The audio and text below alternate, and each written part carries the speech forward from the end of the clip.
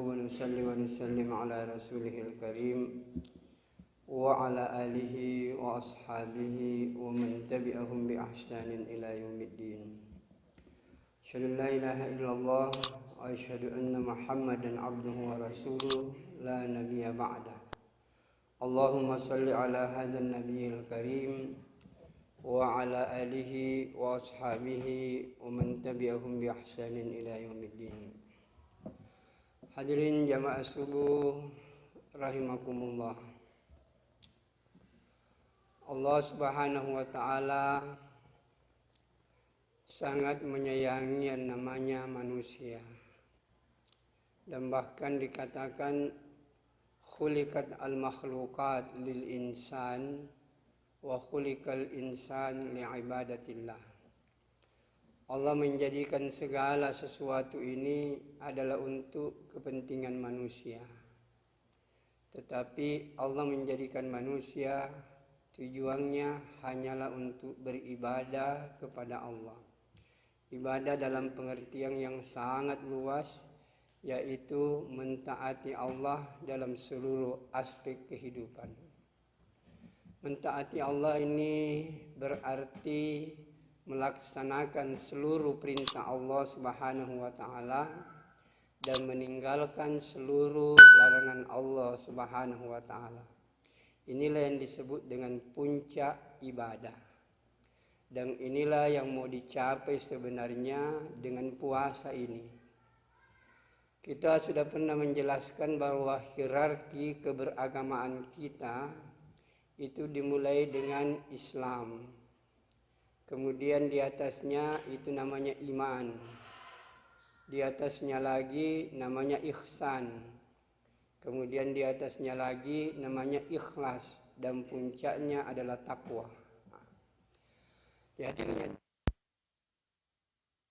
Nah, untuk mencapai derajat takwa ini, itu dengan kasih sayang Allah, Allah memberikan kita suatu fakultas, suatu institusi keagamaan, yaitu yang disebut dengan bulan Ramadan, atau lebih tepatnya disebut dengan puasa. Puasa ini adalah bentuk kasih sayang Allah yang luar biasa kepada manusia. Artinya suatu perjalanan yang bisa ditempuh dengan waktu yang pendek, tetapi hasilnya luar biasa. Hadirin yang mulia, mungkin kita bisa ilustrasikan bahwa kalau jalanan umum ini itu adalah ibadah yang lain tentu selain daripada salat. Tetapi kalau puasa ini adalah jalan tol untuk sampai kepada tujuan. Nah, hadirin yang mulia, banyak jalan tol ini karena mungkin biayanya agak mahal, tapi dia lupa bahwa dengan jalan tol ini bebas hambatan untuk sampai ke tujuan. Maka hadirin yang dimuliakan Allah Subhanahu wa taala, maka ibadah puasa ini adalah jalan pintas untuk menggapai yang namanya ketakwaan. Dan Allah sudah mematok itu. Sudah menjelaskan itu bahwa puasa ini kalau kau kerjakan dengan sungguh-sungguh, itu pasti engkau akan sampai ke tujuan, la'allakum tattaqun. Dan kita sudah pernah bahas di sini bahwa puasa yang dikehendaki ini adalah puasa dengan kemampuan meninggalkan segala sesuatu yang diharamkan oleh Allah. Puncaknya di situ. Ketika kita mampu mempuasakan seluruh anggota tubuh kita untuk tidak melaksanakan sesuatu yang diharamkan oleh Allah, maka jalan tol ini bisa kita lalui dan kita akan sampai ke tujuan dengan sangat mudah sekali. Inilah kasih sayang Allah di dalam bulan suci Ramadan yang banyak orang tidak tahu. Oleh karena itu, saya yakin Nabi lebih tahu lagi keistimewaan daripada bulan Ramadan. Saya hanya menggunakan imajinasi sederhana untuk menggambarkan bahwa puasa ini adalah lambang kasih sayang Allah Subhanahu wa taala yang banyak manusia tidak mengetahuinya. Hadirin jamaah subuh rahimakumullah. Biasanya yang kita rindukan itu, yang kita sayangi, yang kita senangi, itu jangankan dia datang, Pak. Sebelum dia datang kita sudah persiapkan segala-galanya itu. Untuk menjemput yang kita suka itu. Kita ambil contoh sederhana saja. Seorang ibu yang punya anak, taruhlah dia kuliah di Jakarta atau kuliah di Jawa lah, mau Jogja, mau Surabaya.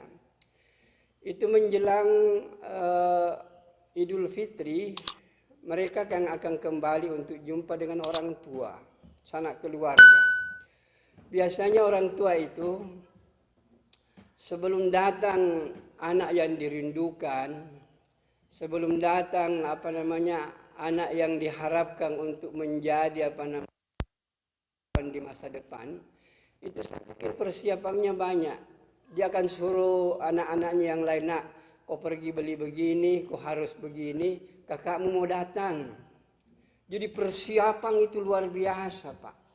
Luar biasa untuk menjemput orang yang kita rindukan ini datang. Apalagi kalau suami, Pak.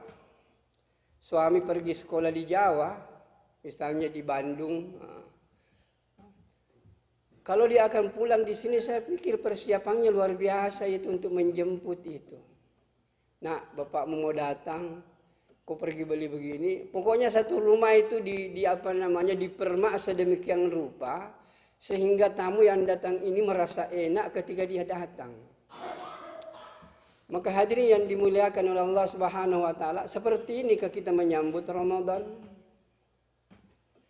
Kalau tidak seperti ini kita menyambut Ramadan, apalagi untuk melepaskan Ramadan. Hadirin yang mulia, coba lihat. Kalau anak kita sudah mau pulang, luar biasa sibuknya orang tua. Kau belikan ini kakakmu, kau kasih ini, bekal-bekal ini. Sehingga kakakmu ini akan pergi dengan merasa nikmat dan sampai di tempat tujuan itu merasa indah juga. Masih ada kenangan-kenangan yang bisa dapatkan ketika dia silaturahmi dengan keluarga.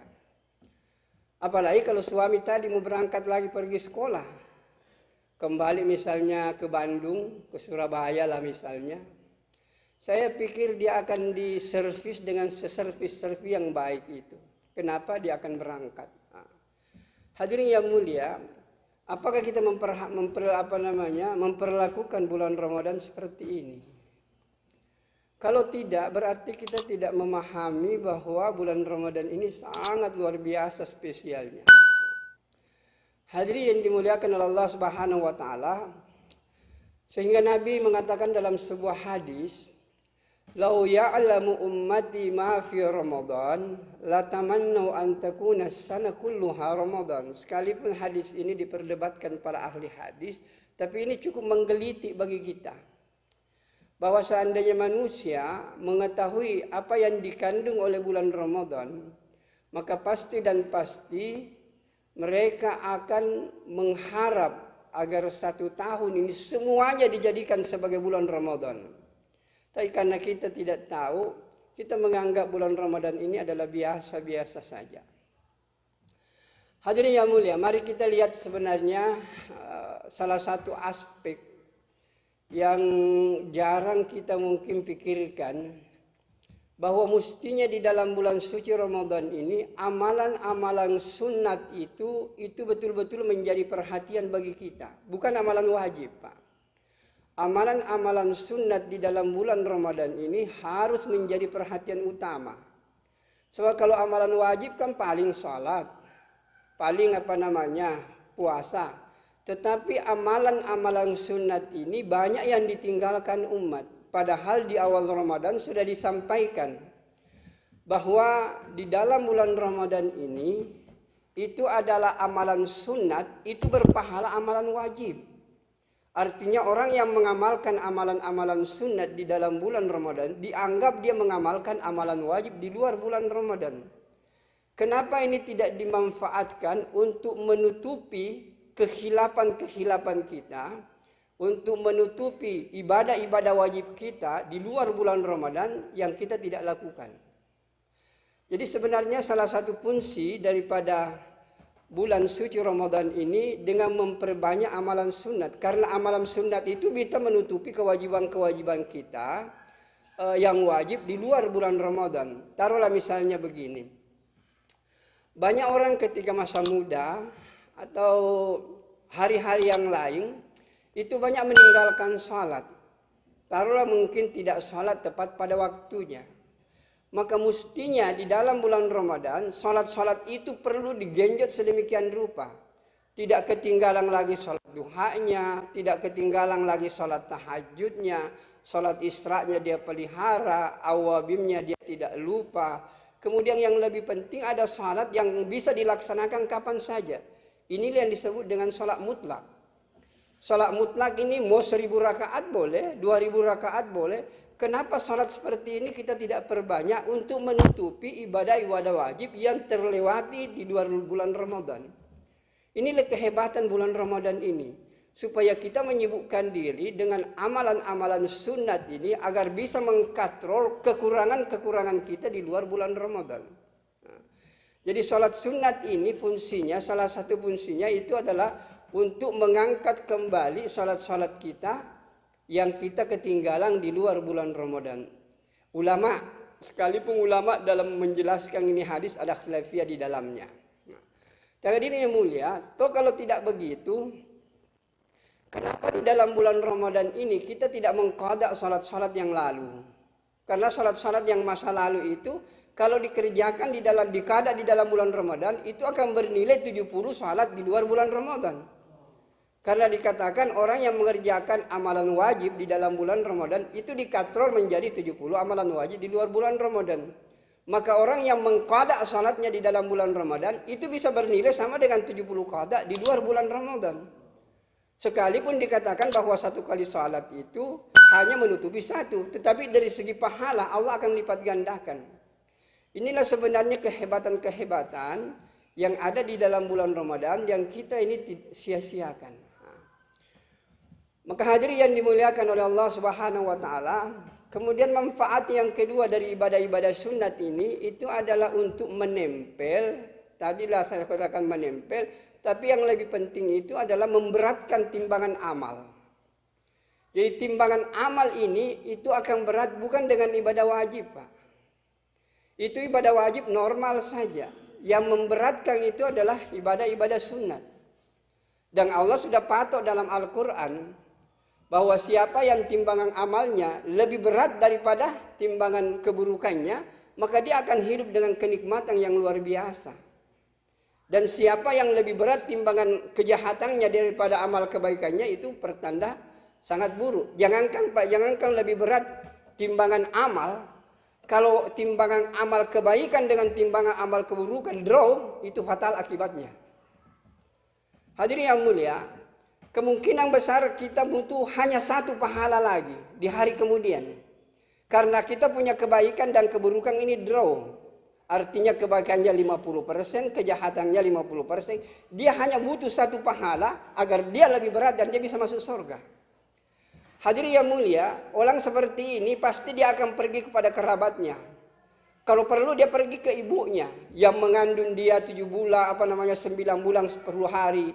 Yang membesarkan dia, kemudian dia mengasuh dia selama 2 tahun disusui lebih. Orang yang seperti ini, Pak, orang tuanya yang demikian hebat, dia datang minta satu pahala, jangan berharap ibu akan kasih. Tidak mungkin ibu akan kasih. Dengan melihat kedahsyatan hari kemudian, tidak mungkin orang akan memberikan secuil pun amal ibadah yang mereka, sekalipun dia adalah ibu kita, sekalipun dia adalah bapak kita, sekalipun dia ulama kita di dunia ini, kita segani dan kita hormati, kita bina dia kasih kita sumbangan banyak-banyak. Saya yakin mereka tidak akan memberikan satu pun ibadah ketika berhadapan dengan kedahsyatan hari kemudian. Maka hadirin yang mulia, ketika dulu mungkin dia pakai, Bu, ibu kan yang mengandung saya, ibu yang melahirkan saya, ibu yang menyusui saya. Ya ibu, saya susah ini, saya punya amal draw. Saya minta pahala ibu satu saja. Apa kata ibunya? Nak, kau pergilah ke bapakmu, karena saya juga tidak tahu bagaimana nasibku sekarang. Nah, dia pergi ke bapaknya, Semuanya jawabannya seperti itu. Kau pergi ke sini, kau pergi ke sini. Akhirnya dia gagal. Jadi hadirin yang mulia, jangankan lebih lebih berat. Dosa saja kita punya pahala itu adalah malapetaka. Maka hadirin yang mulia, jangan sepelekan amalan yang kecil di dalam bulan Ramadan ini. Kita akan susah nanti di hari kemudian. Tidak lama kita hidup di dunia. Dan saya yakin, apakah Bapak Ibu yakin bahwa bulan Ramadan akan datang masih ketemu? Suatu utopi yang belum bisa terjadi, Pak. Suatu pengharapan yang belum tentu tercapai. Tapi kenapa ketika Ramadan sudah di tangan kita, kita tidak memanfaatkan dengan baik-baik. Kita mengharap untuk Ramadan yang akan datang, padahal Ramadan sekarang sudah ada di tangan kita. Maka hadirin yang dimuliakan oleh Allah Subhanahu wa taala, maka sekali lagi Pak, manfaatkanlah ini bulan Ramadan dengan sungguh. Justru sebenarnya kehebatan bulan Ramadan itu memang dikatakan 10 pertama, 10 kedua. Tetapi apapun yang terjadi Pak, yang menentukan itu adalah skor terakhir. Perjuangan terakhir. Kalau perjuangan terakhir kita menang Pak, maka itu pun akan menghapus semua kegagalan kita di awal-awal pertandingan. Hadirin yang dimuliakan oleh Allah Subhanahu wa taala, beberapa tahun yang lalu Pak, saya masih kecil itu ada dua pemain kita punya pemain badminton. Luar biasa, sangat disegani dunia. Dan itu betul-betul nanti menentukan suatu pertandingan itu berakhir setelah skor terakhir. Kalau saya tidak salah, apakah Rudi Hartono atau Lin Swikin, waktu itu skornya 14 lawannya, sementara Lim Swiking 7 atau 9. Tapi dengan semangat yang tinggi, perjuangan yang tinggi, tanpa kenal lelah, menggunakan segala kemampuannya, dia bisa membalikkan keadaan Pak. Membalikkan keadaan menjadi 19-15. Hadirin yang mulia, jadi skor yang menentukan bukan sekarang perjalanan Pak. Skor yang menentukan adalah skor terakhir. Sama dengan bapak-bapak dan saudaraku yang mulia, ketika melihat pertandingan, taruhlah misalnya Chelsea dengan Barcelona, mungkin Barcelona kalah di leg pertama itu 3-2 atau 3-1. Tetapi itu belum berakhir, masih ada separuh pertandingan. Kalau pertandingan selanjutnya dia bisa membalikkan menjadi 4-3 atau 5-3, maka dia akan menang. Jadi skor terakhir ini yang menentukan. Dan itu biasanya dipacu di menit-menit terakhir pertandingan. Biasanya kalau kita alfa, banyak kealfaan kita di awal-awal pertandingan sehingga kita banyak kecolongan, saya kira semua pemain akan mencurahkan kemampuannya untuk membalikkan skor itu. Nah hadirin yang mulia, mari kita lihat ibadah kita di dalam bulan Ramadan ini. Mungkin malam pertama bisa kita kendor, sehingga kita banyak dikalahkan oleh setan. Sehingga amal ibadah kita ini tidak maksimal di dalam bulan Ramadan. Ini masih ada tersisa bapak-bapak 6 hari lagi. Kenapa kita tidak mau meningkatkan kemampuan kita, kehebatan kita, motivasi kita untuk meraih kemenangan sehingga keluar dari bulan Ramadan ini menjadi orang yang fitri. Maka hadirin yang dimuliakan oleh Allah Subhanahu wa taala, maka pahamilah sungguh-sungguh bahwa mau tidak mau, senang atau tidak senang, kekasih kita, tamu kita yang kita tunggu-tunggu, yang kita sanjung-sanjung, bahkan gembira, ceramah di mana-mana untuk menyambut bulan Ramadan ini, kok kita akan sampai hati melepas begitu saja kepergiannya dengan tidak mengisi amal-amal kebaikan. Maka hadirin yang mulia, yakinilah hadirin yang mulia, tidak mungkin dan tidak ada harapan yang betul-betul kita bisa pegang bahwa bulan Ramadan akan datang, akan kita bertemu kembali. Maka sebelum bulan Ramadan ini berlalu, kasihlah oleh-oleh yang baik. Kasihlah dia amal ibadah yang baik, sehingga bulan Ramadan ini kembali dengan membawa semua amalan kita, dia melaporkan kepada Allah bahwa inilah hambamu yang betul-betul memanfaatkan saya di hari-hari terakhir daripada bulan suci Ramadan ini. Saya pikir inilah mungkin yang bisa saya sampaikan, sekedar perenungan sederhana untuk jangan melepaskan bulan Ramadan